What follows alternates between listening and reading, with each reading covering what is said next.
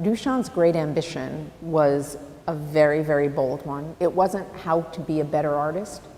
It was how to redefine the question of what is it to be an artist. He himself said in an interview that probably his greatest contribution among many to the art of that century was the idea of the ready-made. A ready-made work of art is something that Duchamp came up with in the teens, 19-teens. And it was the idea that literally he could go to a store, choose an item, or maybe a couple of items, and put them together, set it up in his studio, and call it a work of art.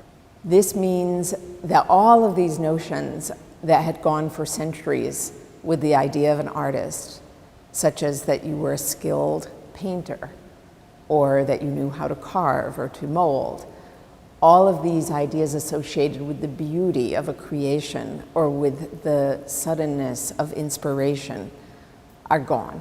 He, of course, was a painter when he started out, first making Impressionist pictures.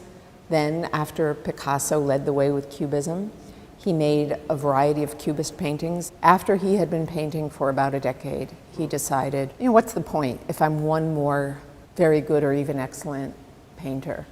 I'm not changing the world. He bought a bicycle wheel and a kitchen stool, put them together, the wheel on top of the stool, and kept it in his studio.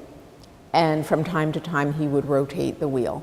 One of the first ready-mades he made when he got to New York, where he was encountering snow, was a work that he called In Advance of the Broken Arm. Oftentimes, the ready-mades had a title that was part of the work of art. Brought it at a hardware store on the Upper West Side, took it to his studio, hung it up. That was a ready-made. People, what should I say, tend to romanticize quite a bit the meaning. What's the choice behind the wheel and the stool? Is it sedentary and motion? Is it round and round? You can go on, and it brings out some really kind of almost like parodies of what art historians or critics might say. But Duchamp maintained that it wasn't a matter of aesthetics and that what really was a matter of the artist's brain. And when he said that this was one of his greatest contributions, if not his greatest, to the art of the century, I think what he was going for was the idea that all of this took away the artist's or the viewer's retina as the most important thing. And Duchamp called painting retinal art. And it was sort of like it was all about what you would see with brushstroke and color. Duchamp is trying to say retinal is substituting a lot for just dumbness, almost like religion is the opiate of the people. Let's get away from that and let's get some ideas going. This one is called Why Not Sneeze? Rose C'est la Vie. Its title is a question. Rose C'est la Vie was his pseudonym, his female alter ego name.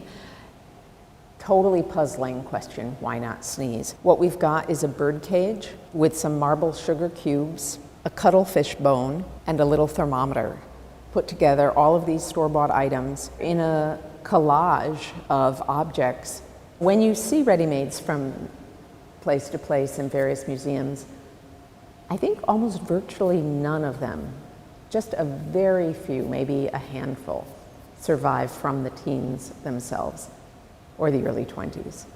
And thereafter, what you're seeing most everywhere else are re-editions of them that he made in the 40s, 50s, or 60s. The 50s and 60s were a time that he actually made them anew, in part because this is after a couple of decades of relative non-celebrity. His art became of great interest to young artists again. People like Jasper Johns, Robert Rauschenberg, became fascinated by the model of an artist who was not just concerned with craft and with the idea of hard work, but who just liked the idea that an idea could be a work of visual art. With pop art, with minimal art, and with what we now have come to call conceptual art in the 1960s, all of this depended to an immense degree on the precedent of Duchamp in the teens having said to the world, what matters for a work of art is what's going on, the choices that are being made, the decision that an artist makes. Then he declares, or she declares, something to be a work of art as an idea, as a concept, and that's all that it needs, in fact, to be a work of art. And it's amazing, when I go on tours through these galleries with visitors, you know, they're looking at all kinds of abstract, pretty difficult to decipher paintings on canvas, and they're taking it really well. When we come to here, still 100 years later, invariably I get, why is that art? And I think that's one of the great tributes to Duchamp having succeeded at what he was setting out to do. He got people to question what otherwise is something that they just take for granted without a second thought.